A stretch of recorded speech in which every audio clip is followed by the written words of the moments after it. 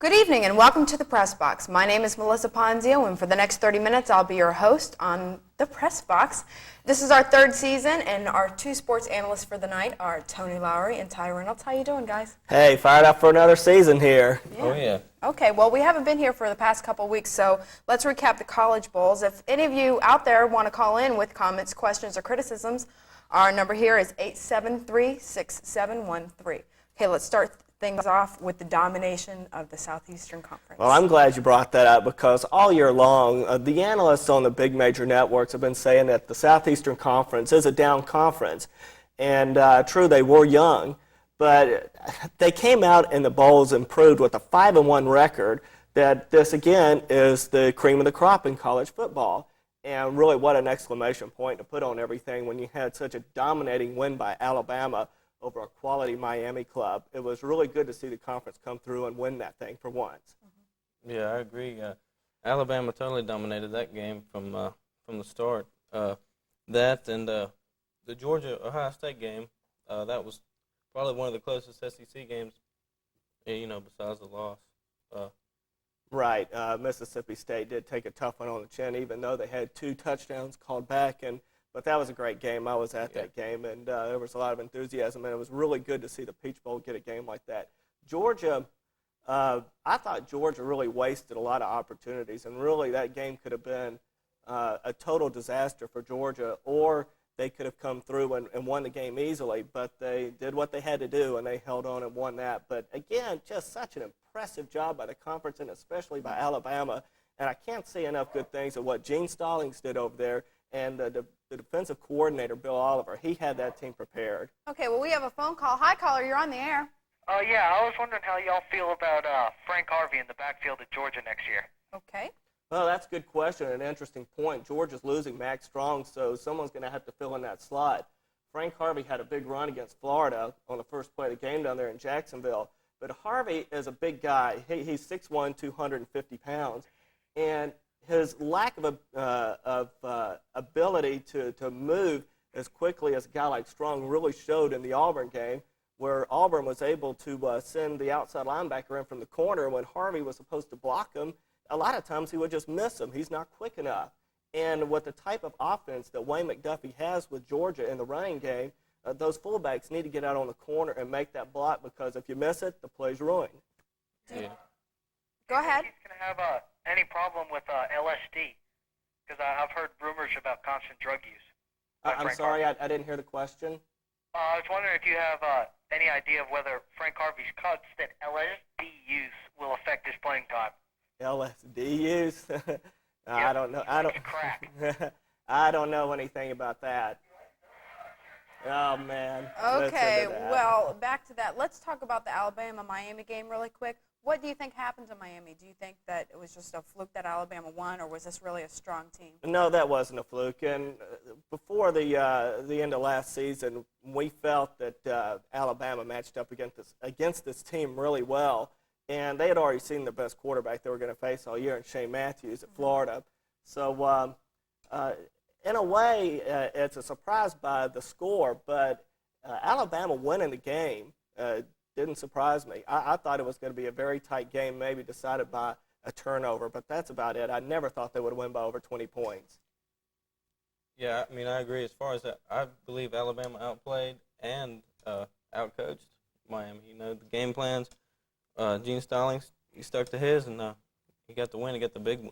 Okay, well, we have another phone call. Hi, caller, you're on the air. Yeah, I'd like to know about Florida State, how the recruiting is going. Florida State is going to have another big year. They are, again, Bobby Bowden is going to be able to get a lot of great players out of the state of Florida. And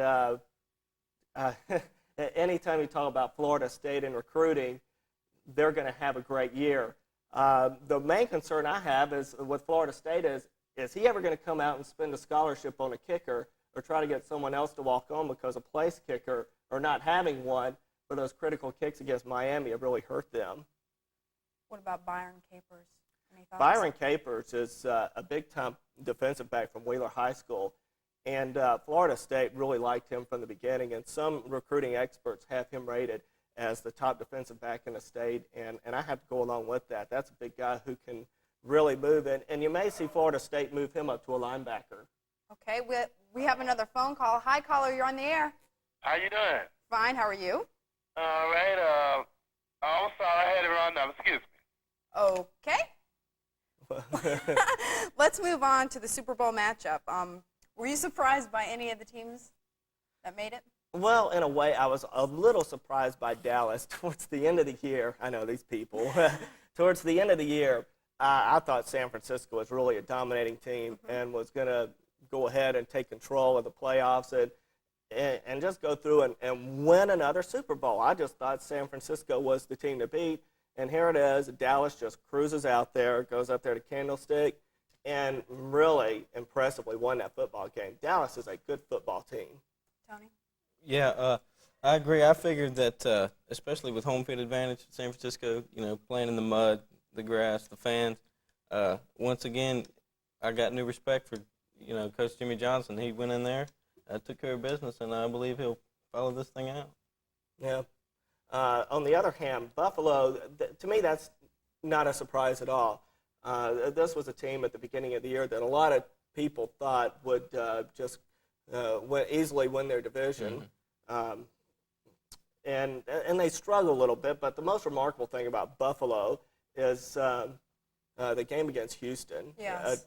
A tremendous comeback win, and really, if that reminds me of anything, it reminds me something similar to maybe the North Carolina State team back around 82 and 83, the Cardiac Kids who won that a game that went into several overtime periods, and then as time went on, that really got the momentum rolling and won the national championship. Buffalo, that was a great win for them, but I'm concerned about their offense because they stalled out several times despite many turnovers against Miami and had to settle for field goals. And getting opportunities and only getting field goals isn't going to get it, I don't think, against Dallas. Okay, let me just interrupt. We have a phone call. Hi, caller, you're on the air. Hello? Yes. Yes. I'm not too much of a football fan, and my wife is. She says that I think the point spread is 7 points in favor of Dallas. Right. What's the reason for that? In that Buffalo, this is their third consecutive year going to the Super Bowl. What seems to be Buffalo's problem this year? Well, there's no problem with that. The reason that it's 7 points is because that's the way people bet. If a lot of people just came out and all of a sudden started putting a lot of money down on Buffalo and taking the points, you'd see the point spread go down. That has nothing to do with anything that a lot of football people have to say. That's just for betting. Yeah, it's a lot of bookies in Vegas have a lot to do with that, as far as.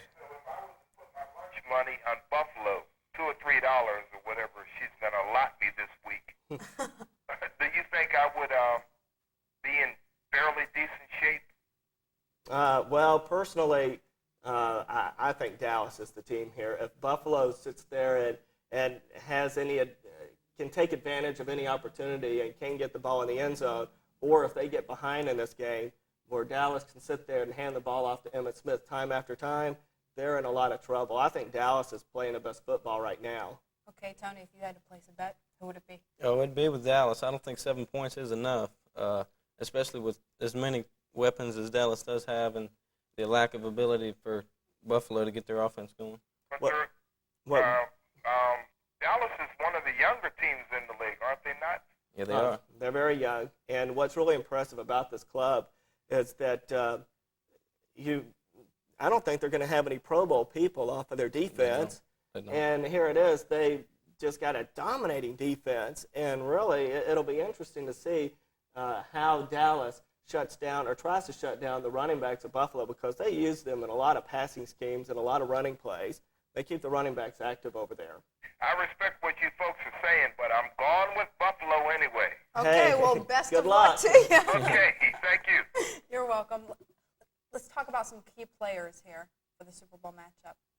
Okay, well, the key players here, obviously, for Buffalo is going to be Jim Kelly. Here he is. He's been out for a while, and then he just started playing against Miami, and there was a big thing, is Kelly going to play against Miami? We all knew he would. And Kelly's got to get that offense in sync. they have got to be able to put points on the board because they're going to need to do that. And they have 2 weeks to prepare. Jim Kelly just running that offense and getting those running backs involved is going to be a big key for Buffalo. As for their defense, they're going to need all the defensive help they can get. They are somehow going to have to stop Dallas from having Emmitt Smith just dominate the game when they can just sit there. From University of From Florida. U of F, I know. Thank you. But that's just a big key. If they don't do those things, they're in trouble. Okay, well, we have another phone call. Hi, caller, you're on the air. Hello? Yes, sir. I want to know something. I'm a great football fan, and I'm one of those die-ain't football fans out of the state of Louisiana. With our Atlanta Falcons, we noticed in the last playoff division teams that we've had number one teams, players, individuals, that have went on to the playoff and to Super Bowl. For example, the quarterback, Jim LaFever, first year as a rookie, he made the Pro Bowl for Green Bay. Now, my question is, how come the Falcon organization didn't keep a guy like LaFever, or like Tony Cornelius, who going to the Super Bowl with Dallas? How come we couldn't keep individuals of that type in order to build a foundation here, say, for example, like the Braves had did in the past 2 years? Okay. Excellent question. I had the same one. Why did they do that? Here it is. Tony Casillas was a number 2 pick for the overall draft. The only guy taken before him, Bo Jackson. And so here it is. Tony Casillas comes to Atlanta. He's immediately in the doghouse. He's not happy, has contract disputes, and it's a losing situation altogether. Again, terrible management by the Falcons and the Rankin-Smith family. They just blew that one. And here it is. Now they're paying the price. As for Brett Favre, hey, they just felt that he was expendable and wanted to get a high draft choice. Some things, again, I really didn't understand it because, again, that's a pretty good quarterback out of southern Mississippi. Okay. One final question, if I may ask. For example, the quarterback, the black quarterback they had there, in preseason, he showed excellent potential. I realize he's not in football at all now, as far as I know. But here was 2 top-notch guys that I could see that you could build on. Now, we got 2 ex-football players, the boy from Minnesota who never bring Minnesota to a playoff. We got 2 12-year football players there, making $1 million or so a year with no potentials to do anything. So what is the scenario behind the organization, all the fans, and behind the new dome we got now, that we're going to get a potential leader? Last of the question is, with all the fine, proven quarterback coaches, Bill Parcells going to New England Patriots, Dan Reeves is still out there hoping. What is the idea that they have that these guys have been proven leaders of organization, that is some kind of way that can't be hooked up with our team here locally, as long as they don't beat the Saints? Okay, Tony, any ideas? I think you're going to have to start from the top with the general manager. Until he wants to spend some money, you're going to have this problem on down the line, as far as Glanville's concerned, foolish decisions. As far as, you're paying 3 or 4 guys so much money, you're going to have to somehow hook this whole thing up, and you got to start at the top, I do believe, with the general manager. Oh, Very encouraging. All right, thank you. Well, while we're on the subject, what about Jerry Glanville? Do you think he's going to stick around because his contract's up in a year? He's in with Rankin-Smith, Junior, real well. They're pretty tight. He's got another year on his contract. Personally, I don't see him going anywhere. Atlanta could have a 6-10 season again. Mm-hmm. It's just, it's iffy. It's hard to say, but I think he'll be around. Okay. My feeling about Jerry Glanville's future, as long as they fill the seats, Rankin-Smith could care less if this team goes 0-16, I think. He's only interested in money, okay? Now, if you're going to sit there and start with the Falcons, our caller was making reference to the quarterbacks. Actually, I thought Wade Wilson came out and did a pretty good job. What I'm concerned about is the defense. This club is almost last in almost every defensive statistical category that you can find and think of. He has got to get some type of defense out there because they're always out on the field the whole time. And teams can just sit there and run the ball on the Falcons with no problem. He needs to change that. He needs to find defensive linemen and some linebackers who can come in and play. And there's 2 great ones coming out of Alabama. Personally, I think he just needs to go ahead, draft some defensive players, and if he can trade to get more draft choices with this new rule about money coming out with the $2 million rule, I think he needs to take advantage of that and again get some young blood in here. Hopefully he'll get some good football players and not run them off. Okay, well, we have another phone call. Hi, caller, you're on the air. Yes, I think your comments on the Falcons are exactly right. And Rankin Smith cares nothing about this team, or else he would have sold it by now. Look at Jerry Jones did. He came in, cleaned house, got a coach that knew the game, got some assistant coaches, went out and got some young players. This is ridiculous. I lived here my whole life, and I'm sick of the Falcons stinking. They stink every year. Deion's great. You know, he's a great God-given athlete, but you need to do something with this franchise. This city deserves much better. With a facility like we have now, we deserve a much better team than what we have. And Chris Miller is a bum. He's given 6 years now. He's done nothing, and this is ridiculous. And they're scared to eat his contract and go after somebody else. I'm just pathetic. Same with the Hawks. That's all I have to say. I think we do agree with you as far as the Falcons. He is not happy. Yeah, No, I he can is not. I can sympathize with the situation. I agree totally. But until you start at the top, and another thing about Glanville, instills no discipline in his players, and that's why you've got too many Chiefs and not enough Indians on that ball team. It's gonna be Right. that way. He mentioned a key thing here. He talked about the Dallas Cowboys, and that's the perfect example. Jones went out there and got Jimmy Johnson, a guy who knows what he's doing. I mean, that's important. You have to find someone that goes out there and knows what they're doing. And he only has a handful of players. He only has 6 or 7 players from that original Landry club that he took over. Jimmy Johnson knows what he's doing. He doesn't have any big money stars either. You know, he works well with what he's got. That's great. Well, we have another phone call. Hi, caller, you're on the air. Caller? Hello. Yes. Hi, guys. This Hi. is Marsha from the show Finding My Way Teens, talking with Marsha. I have a question. Do you all know who some of the top high school athletes in the city, in the metro area? Okay. Well, some of the kids in the metro area, again, we talked about Byron Capers, who is from Wheeler High School, and he's going to Florida State. There's an offensive lineman, What's his name again? Byron Capers, Where does he go? Florida State, or he Oh. will sign with Florida State. He's from Wheeler High School, though. Wheeler? Yes, ma'am. And Okay. there's another kid named Rusty Beatles, an offensive lineman out of Westlake High School, who was committed to Georgia. Apparently, he went to a camp, and Wayne McDuffie really liked what he saw, and Georgia's offered him. Uh-huh. But there's really not too many kids from the local Atlanta area that I can think of. Of course, you have Amel Jackson, who's committed to Clemson to find running back. But unfortunately for him, he's had constant problems with his knee. He keeps cracking his kneecap, unfortunately. But the coaches who have looked at him feel that he's got all his speed, and Clemson is really happy that he's going their way. Jimmy Clemens committed to Georgia Tech today. That's not a surprise. As a matter of fact, a lot of these recruiting services have Jimmy Clements at 6'4", 195 pounds. But from what I understand, he's gained a lot of weight, and he's going to be playing linebacker. I mean, that 6'4" frame, I mean, he's just going to get bigger as a growing kid. Yeah, they're growing big these days. And he's coming out of a good football program, that McEachern program. Okay, Hey, I was he reading, could be a fine you know, for I hear Tech. a lot about it, especially about football players. Do you have any star high school basketball players in the city? Oh, boy, that's a tough one.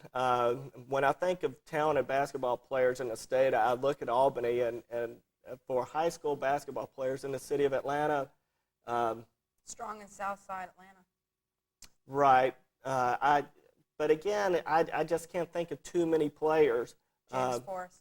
Well, James Forrest, I mean, he's at Georgia Tech right now. But for kids coming out, like I said, when I think of the big ones coming out, I think of Melvin Drake down in Albany, and I think of Antonio Wingfield coming out of Albany High School as well, who's committed and signed with Cincinnati. Okay, well, thank you, caller. Thank you. You helped me out for a future show we're doing. Thanks. Oh, okay. Bye. Well, glad to be of service. We'll expect our commission check in the mail. And on to NBA. Do you foresee any dominant team this year? There are several dominating teams, but no dominant team. Okay. Here it is. You have Chicago in the Hawks division, and they've won around 71% of their games. This is a very good Chicago club, and it's no surprise. They're doing as well as everyone thought they would. But when you look out west, the defending Western champions, Portland, has a winning percentage of .694. They're in third place. And here's Phoenix, who I thought at the beginning of the year was going to be the team to beat since they acquired Barkley. And they went through the whole month of December, and they didn't even lose. And then Seattle has been a very pleasant surprise out west. And we have several good clubs here. Okay. No one dominant team. All right, Tony. I'm looking at New York Knicks and Chicago, from their respective divisions, and the only team I see out from the West is going to be Phoenix. I do believe Phoenix will be there. You know, that New York club, when they get in the playoffs, I really think they're going to be hard to beat. Okay. Yeah, We have a phone call. Hi, caller. You're on the air. How are you all doing? Hi. All right. Hello? Yes. Okay, yeah, I have a question. Okay. First of all, I'd like to agree with the way Phoenix is playing. And of course, I think that Barkley, by far this year, has been the most valuable player in the league. Mm-hmm. But I have a question for the gentleman. Where do you think Bobby Hurley, he's a talented point guard for Duke, but I saw an article recently where they've been comparing him to the best ever. I mean, sure, he's won 2 championships, but I want to know what these gentlemen think about Bobby Hurley and his all-time greatness in college basketball. Okay, Tony, I see you shaking your head. I didn't like Bobby Hurley, his first couple years in college. He's really progressed and he's grown up a lot. As far as him being any kind of factor in pro ball, I don't see that. He's just he's got the passing ability, eyes all around his head, but he's not strong enough, for me to see him in pro ball. On the other hand, you can sit there and say possibly the same thing about Kenny Anderson, a little guy coming out of Georgia Tech. But much quicker. Well, I don't know. Hurley, he can do a lot of things to beat you. And he can shoot, he can penetrate. Again, you mentioned eyes all around his head. He's got great vision. However, saying that he may be one of the greatest guards ever to be in basketball, I mean, let's go back here. You got Irvin Johnson. There's, of course, Michael Jordan right now. I remember growing up watching Oscar Robertson play. I still have a hard time seeing people who are any better than him. There are just so many great guards that you can look at. Jerry West, another one. So much talent in the NBA over the years that I just don't think you can take one kid and just say, okay, he hasn't played a game here in the pros, but I think that he may be one of the best ever. Yeah. I'll believe it when I see it. I don't want to take anything away from Bobby. He's a good ball player, but I just think he's a little overrated right now. We'll just have to wait and see. Okay, thank you, caller. All right. Back just one quick thing on Hurley. I like to say that the guy's a winner. He's a proven winner, and I mean, I like to give credit where credit is due, and I think if Duke wins this year, I think you have to rank him amongst college that is, premier point guards of all time. I could go for that. Yeah, I'll go out on a limb. Yeah, I'll go for it too. All right, thank you. Thank you. Thanks a lot. Let's move on to the Hawks.